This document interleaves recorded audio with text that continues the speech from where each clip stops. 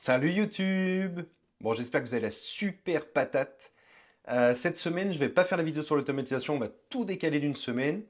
Je voulais vous enregistrer une vidéo parce que vous êtes nombreux à m'envoyer des messages en me disant écoute Morgane, c'est bien ce que tu fais, mais franchement, on n'a pas le temps.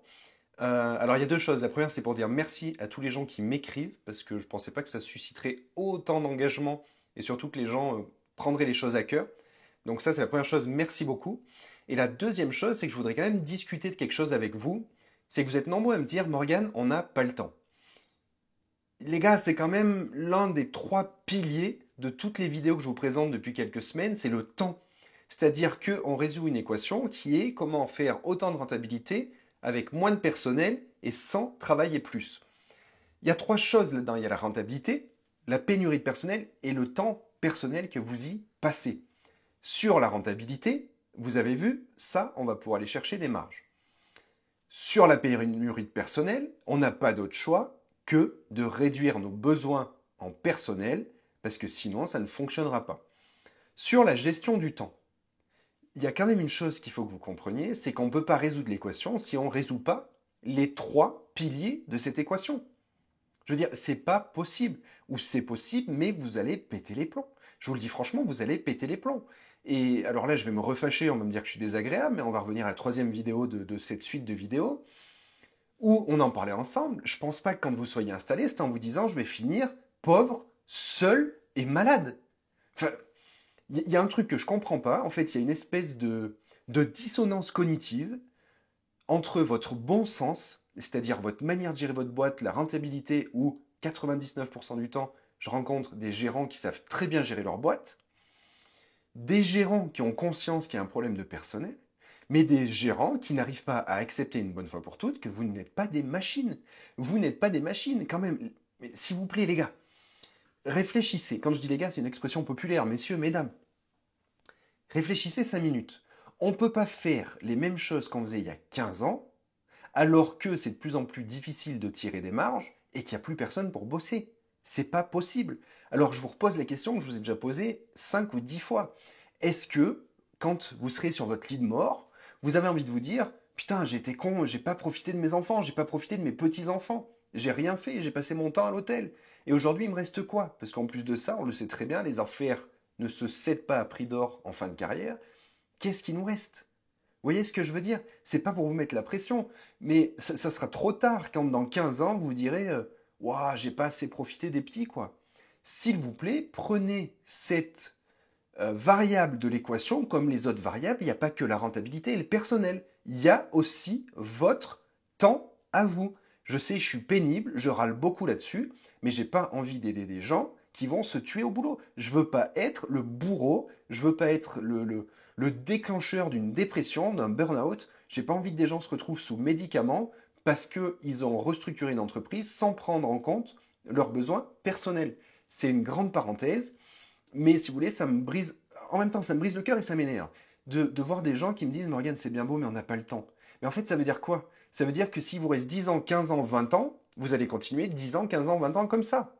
Et vous pensez vraiment que dans 10 ans, 15 ans, 20 ans, 20 ans, dans 10 ans, 15 ans, 20 ans, il y aura plus de monde? Non, il n'y aura pas plus de rentabilité, il n'y aura pas plus de monde pour bosser, et à ce rythme-là, vous allez travailler encore plus. Donc, s'il vous plaît, prenez en considération les trois variables de l'équation. Si vous n'avez pas le temps aujourd'hui, alors faites-vous aider. Faites-vous aider par un professionnel, que ce soit moi ou un autre. Franchement, je m'en moque. Moi, comme je vous dis, des clients, j'ai que deux bras, deux mains. Si vous regardez, je passe en moyenne 6 à 8 semaines chez chaque client. Donc, si je fais 6 clients dans l'année, mécaniquement, je ne suis pas chez moi. Donc, 6 clients, c'est le maximum que je peux prendre. Je ne vous dis pas, je ne suis pas en train de vous faire de la vente en disant vous avez besoin de moi, venez me chercher. Non, pas du tout. Je vous dis juste, si vous n'y arrivez pas, faites-vous aider par moi, par quelqu'un d'autre, peu importe. Je vous le dis déjà, votre expert comptable, c'est pas la solution. Parce qu'un expert comptable, déjà, ça a beaucoup plus de dossiers à gérer que ça a de petites mains pour le faire. Donc, c'est la croix et la bannière pour les voir. Leur job à eux, c'est de gérer la rentabilité, c'est de gérer l'activité économique, c'est pas de gérer les problèmes personnels des uns et des autres. Si vous êtes aussi un petit peu juste en trésorerie, peut-être faites-vous aider par un collègue qui a de la réussite. Mais soyons honnêtes entre nous, combien autour de nous vous voyez de collègues pour qui ça se passe très bien? Il n'y en a pas beaucoup. Moi, je rencontre pas beaucoup d'établissements où franchement, je peux vous dire, waouh, ça tourne vraiment bien. Non, c'est une problématique macroéconomique, c'est une problématique de société. On est tous logés à la même enseigne. Regardez autour de chez vous, il y a plus d'hôtels, de restos, de commerces de tout bord, de tout horizon qui ferment que de commerces qui tournent bien. Bien sûr, il y a des commerces qui tournent bien et heureusement, mais ne pensez pas qu'ils ont eu une réussite qui est due au hasard. Ce sont des gens qui se sont restructurés en fonction des événements et du temps. Justement parce que c'est les événements et le temps qui marquent ces changements de paradigme. Je vous l'ai déjà dit plein de fois, mais si vous voulez, si aujourd'hui vous avez des problèmes, soit de rentabilité, soit de personnel, soit de gestion de votre temps, c'est pas votre faute. Ça, faut vraiment vous le mettre dans la tête. Ce n'est pas votre faute. Vous n'êtes pas responsable, vous n'êtes pas coupable de cette situation. Il y a eu des changements sociétaux qui ont été brutaux, avec l'émergence de l'intelligence artificielle et bientôt des ordinateurs quantiques, il va y avoir des changements sociétaux qui vont être encore plus violents. Votre job, c'est de vous y préparer, de prendre des mesures maintenant, mais sur tout ce qui s'est passé avant, je pense que vous avez tous bien bossé. Quand on a tenu une boîte 10 ans, 15 ans, 20 ans, je vais vous dire un truc, c'est que on l'a bien géré cette boîte. Simplement, dites-vous une chose, c'est que vous ne pouvez plus la gérer comme avant.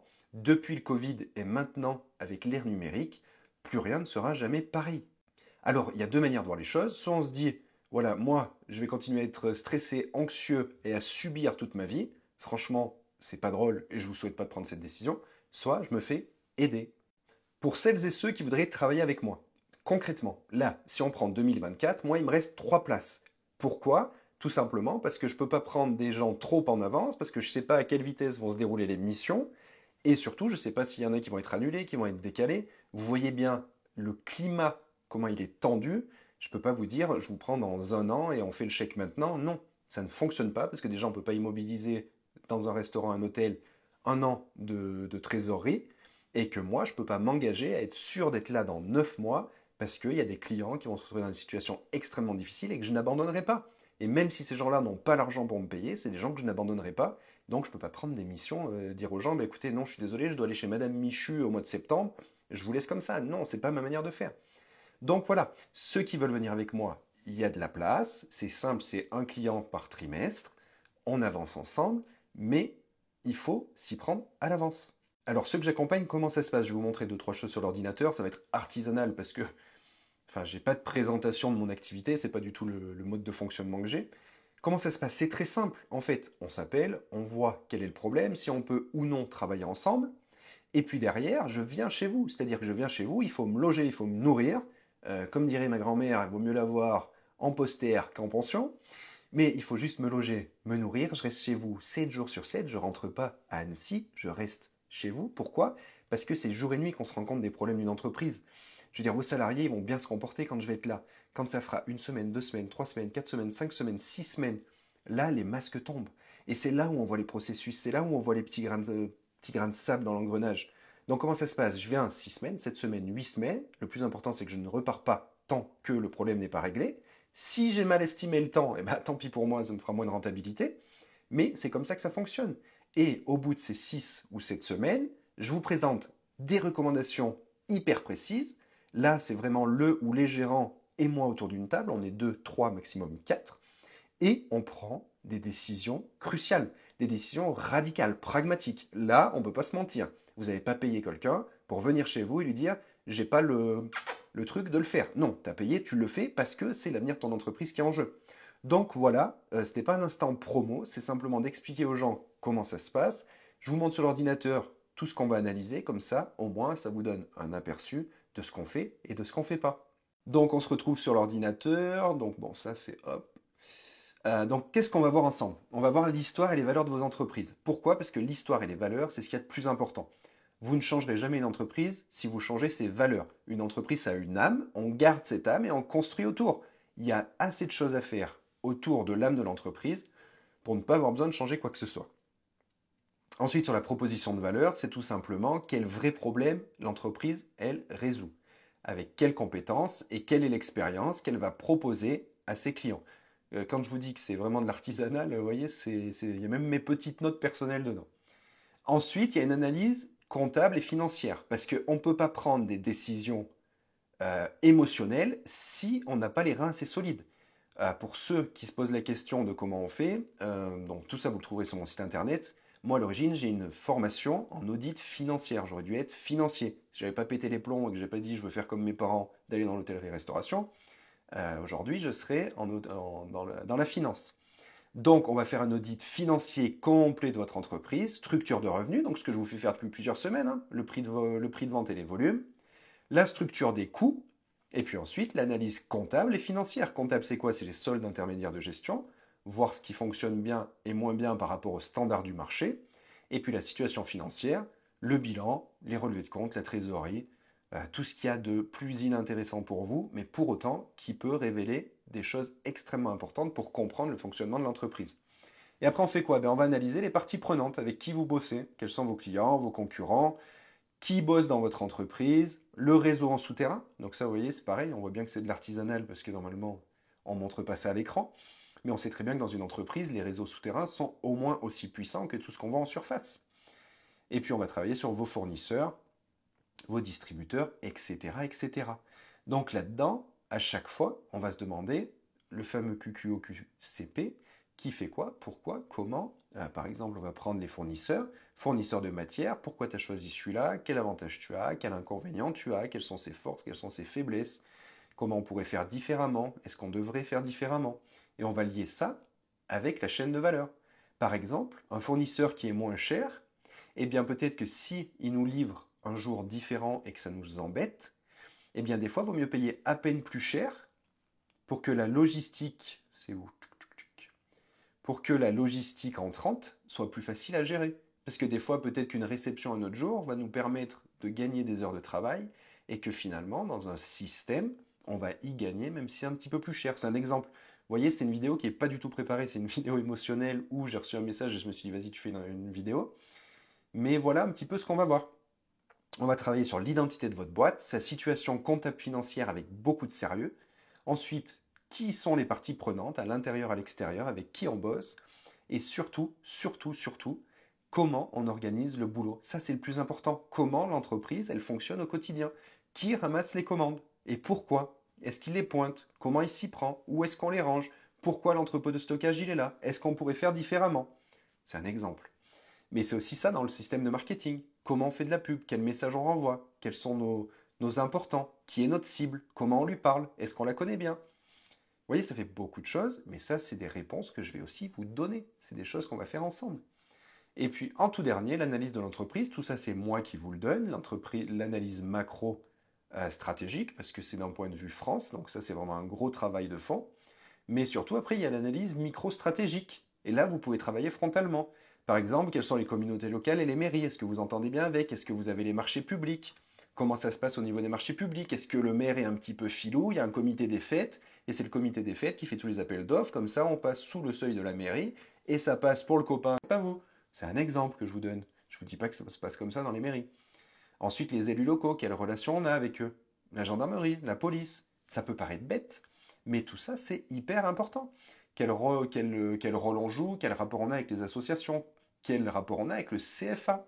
Parce que le CFA, c'est hyper important aussi. Le CFA, quand il a à placer des jeunes, est-ce qu'il les place chez un autre concurrent parce qu'il est plus sympa avec le professeur principal, ou est-ce qu'il nous appelle nous parce qu'il sait qu'on est un bon maître d'apprentissage et que ça va être bien? Quelle relation on a avec les riverains?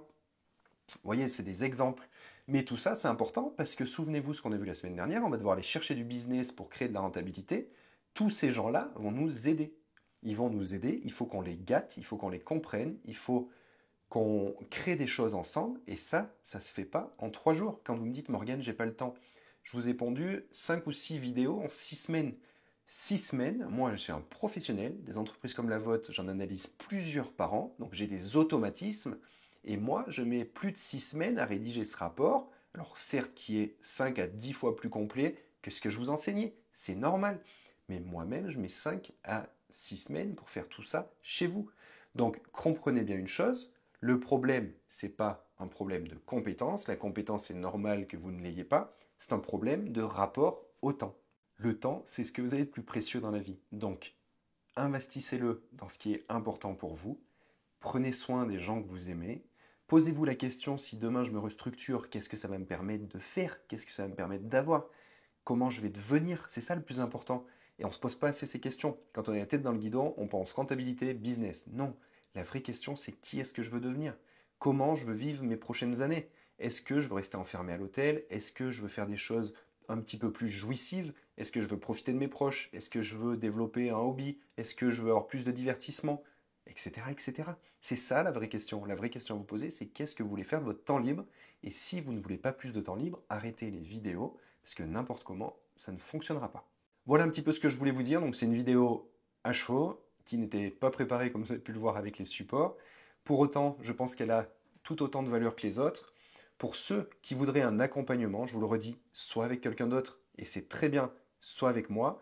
Pour moi, vous pouvez me contacter directement par mail, puisque je vous écris toutes les semaines le mercredi sur votre boîte mail. Vous pouvez aussi me contacter sur mon site internet www.morgansantos.fr. Vous retrouverez mes coordonnées, vous retrouverez mon CV, vous retrouverez les offres, etc., etc. Bref, un site internet. Et puis pour tous ceux qui veulent continuer, qui ont espoir, parce que je veux vraiment que vous ayez espoir, que vous êtes capable d'y arriver tout seul, parce que vous êtes capable de le faire si vous y mettez le temps et l'énergie. Vous n'avez besoin de personne si le temps est suffisant de votre côté. Alors à ce moment-là, on se retrouve la semaine prochaine pour l'automatisation. Je vous souhaite une bien belle journée et je vous dis à mercredi prochain 5h45 dans votre boîte mail. À bientôt.